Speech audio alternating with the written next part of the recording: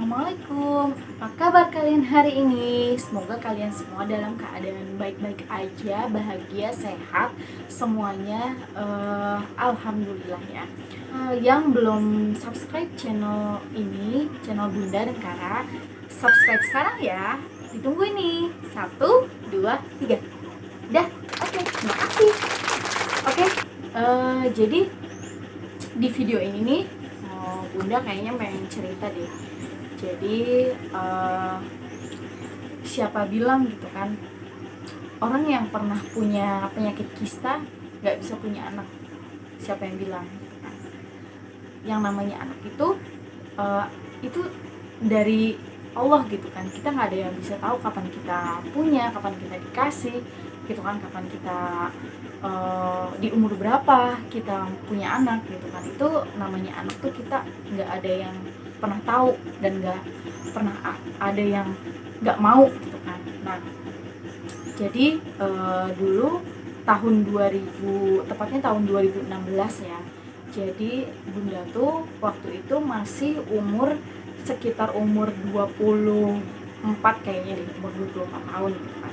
Jadi waktu itu tuh Bunda didiagnosa Bunda itu punya penyakit kista yang beratnya tuh udah 9 kali 12 cm. Wow, itu kalau kata dokter udah sebesar kepala bayi. Di situ posisinya tuh Bunda emang belum nikah, Bunda juga masih kuliah gitu kan, masih kerja juga. Jadi kan Bunda dulu emang kerja kuliah gitu kan. Jadi aku tuh waktu itu masih semester 6, itu lagi mau KKP. Yang tahu KKP itu adalah kayak kerja kuliah praktek gitu kan, dan itu tuh sama kayak skripsi prosesnya gitu kan. Bedanya kalau skripsi itu lebih panjang, kalau KKP itu ya singkat-singkat aja karena dari bab 1 sampai bab 3 ya kalau KKP. Bab 1 atau bab 4 gitu. Aku tuh operasi di 2016. Awalnya juga sebenarnya kenapa Bunda milih operasi gitu kan, jadi sebenarnya aku tuh udah berusaha ya kan, gimana bisa menyembuhkan dengan obat-obat herbal, dengan obat-obat alami, itu semuanya udah dicobain gitu kan. Sebenarnya aku juga nggak mau ya operasi, karena dulu tuh mikirnya aduh belum nikah gitu kan, aduh punya penyakit, mana mau skripsi gitu, mana mau KKP, tugas kuliah banyak dan harus kerja juga, terus kalau operasi gimana gitu kan. Itu tuh pikiran tuh banyak banget, sampai stres banget gitu kan, yang namanya nangis gitu kan, yang namanya sedih banget gitu kan, cobaan banyak banget. Kenapa harus Bunda yang punya penyakit kayak gini gitu. Itu tuh nggak pernah terbayangkan dan terpikirkan gitu kan. Aku bisa punya penyakit kayak gitu kan, tapi kan balik lagi emang semuanya itu atas kehendak Allah ya. Kita nggak ada yang tahu kita tuh seperti apa gitu kan, kita tuh bagaimana, itu ya balik lagi ke Allah Subhanahu Wa Taala yang punya kehendak begitu ya.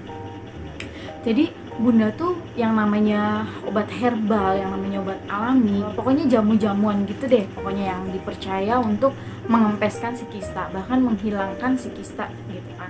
Terus dari yang juga Bunda berobat ke dokter gitu kan, dan dokter itu kasih resep obat yang Bunda minum obat yang harganya satu tablet itu 10.000, jadi kali sebulan 30 hari, jadi ya obat doang tuh sekitar 300.000. Terus naik lagi tuh dosisnya yang sekitar harganya 12-15.000 satu tablet gitu kan. Dan itu selama 2-3 bulan itu Bunda minum obat itu. Mungkin Bunda juga nggak tahu ya kenapa dokter kasih obat itu, karena dokternya itu nggak ngomong banyak, dan kalau kita tanya udah minum aja dulu gitu.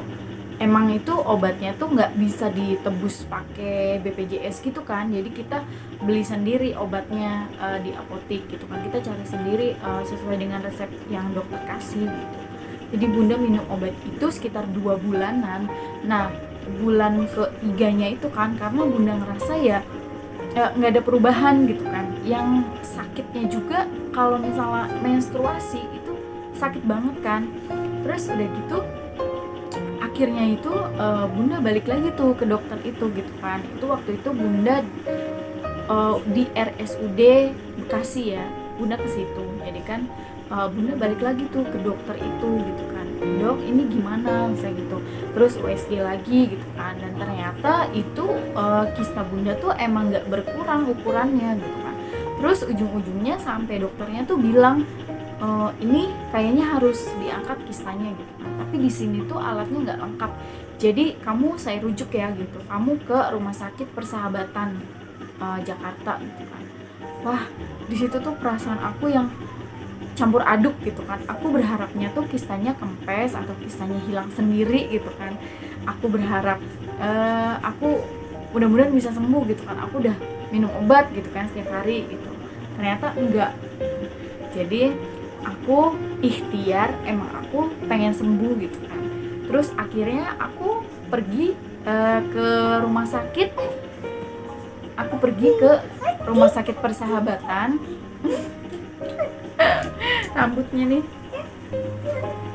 Rambutnya belum disisir nih ya. Jadi bunda pergi ke Rumah Sakit Persahabatan. Di situ bunda masih yang namanya kuliah. Bunda pokoknya kuliah kerja itu bunda pokoknya izin deh, karena bunda lagi fokus ngurusin penyakit bunda tuh waktu itu. Jadi bunda pergi ke Persahabatan, ternyata di Persahabatan itu dicek lagi, emang ini tuh udah harus diangkat kistanya karena udah besar gitu kan. Jadi akhirnya alhamdulillah di Persahabatan bunda ditanganin, terus sampai dengan akhirnya dapet akhirnya bunda dapet ruangan, terus jadwal operasi gitu kan. Nah, itu sekitar 1 minggu lah setelah operasi itu bener-bener yang kata dokter, bunda juga dikasih tahu kan sama dokter ahli gizi waktu itu, datang ke ruangan mungkin untuk kontrol pasien-pasien juga ya, untuk makanannya, pola makannya yang harus dimakan atau yang nggak dimakan itu apa. Jadi kayak gitu.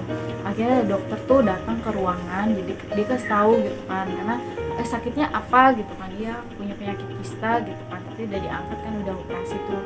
Iya, jadi penyebab salah satu kista itu adalah makanan. Jadi sebenarnya semua perempuan itu punya kista yang ada di dalam tubuhnya, cuman berkembang atau enggak tergantung dari hormon dan makanan yang dia makan.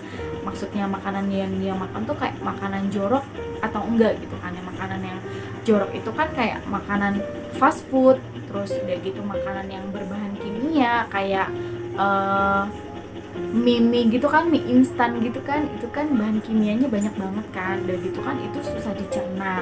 Terus udah gitu makanan-makanan kaleng, terus kayak micin gitu kan, itu yang bisa dibilang menyebabkan sel-sel kanker ataupun tumor yang ada di dalam tubuh tuh berkembangnya lebih cepat atau bisa berkembang. Tadinya enggak, misalnya karena kita makannya sembarangan, jadi si sel-sel itu tuh bisa tumbuh gitu di dalam tubuh kita. Nah, jadi semenjak itu bunda tuh dikasih sama dokter, terus bunda recovery dari operasi itu sekitar 3 bulanan bunda stop yang namanya makan makanan sembarangan. Bunda tuh kalau makan tuh kalau makan tuh kayak sayur-sayuran gitu kan. Terus udah gitu bunda tuh sama sekali nggak makan mie instan selama 3 bulan, bener-bener nggak makan, karena kayak ngerasain kemarin gue udah sakit, gue nggak mau sampai kenapa-napa lagi, karena nggak enak banget punya penyakit gitu. Dan gue tuh, dan maksudnya aku tuh kayak bisa dibilang takut juga kan, yang namanya aku ya lillahi ta'ala aja gitu kan, nantinya mau dikasih keturunan atau enggak itu balik lagi ke Allah yang maha kuasa, yang punya kehendak.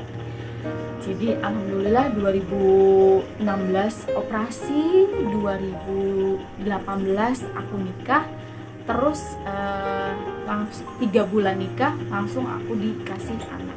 Itu tuh aku yang namanya bersyukur banget aku bisa hamil gitu kan. Aku tahu aku hamil tuh alhamdulillah. Jadi aku tuh mematahkan omongan orang yang mereka bilang kalau punya penyakit kista susah punya anak, kalau punya penyakit kista gak gampang punya anak gitu.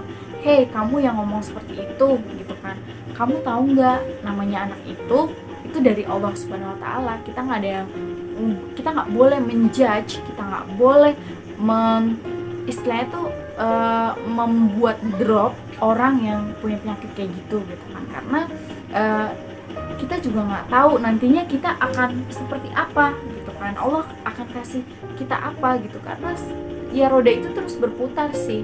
Yang aku bilang, sekarang kita susah, besok kita bahagia, sekarang kita kita dikasih penyakit, besok kita dikasih kesehatan gitu kan. Yang namanya penyakit itu kan penggugur dosa. Yang namanya sakit itu kan berarti Allah lagi sayang gitu sama kita. Jadi aku bener-bener yang namanya aku berpikiran positif, bener-bener aku nggak mau mikir macam-macam. Yang penting aku abis operasi itu aku sehat, aku udah nggak punya penyakit, dan alhamdulillah sih dari operasi itu aku menstruasi tuh udah kayak nggak terlalu sakit gitu kan, udah kayak keputihan juga tuh, salah satunya keputihan juga itu udah nggak seperti kayak aku sebelum operasi. Pokoknya ya alhamdulillah deh. Emang namanya dokter itu kan pinter ya, ilmunya banyak ya, jadi tahu mana yang benar mana yang enggak. Kalau misalnya emang harus operasi, aku sarankan operasi aja, jangan pernah takut, karena segalanya itu yang kita lakukan adalah ikhtiar untuk yang lebih baik. Oke? Mungkin sampai di sini dulu ya cerita Bunda hari ini. Yang mau tanya-tanya boleh tulis di kolom komentar, nanti Bunda jawab. Oke? Sampai di sini dulu video kita. Jangan lupa subscribe, like, dan komen. Terima kasih. Dadah. Assalamualaikum.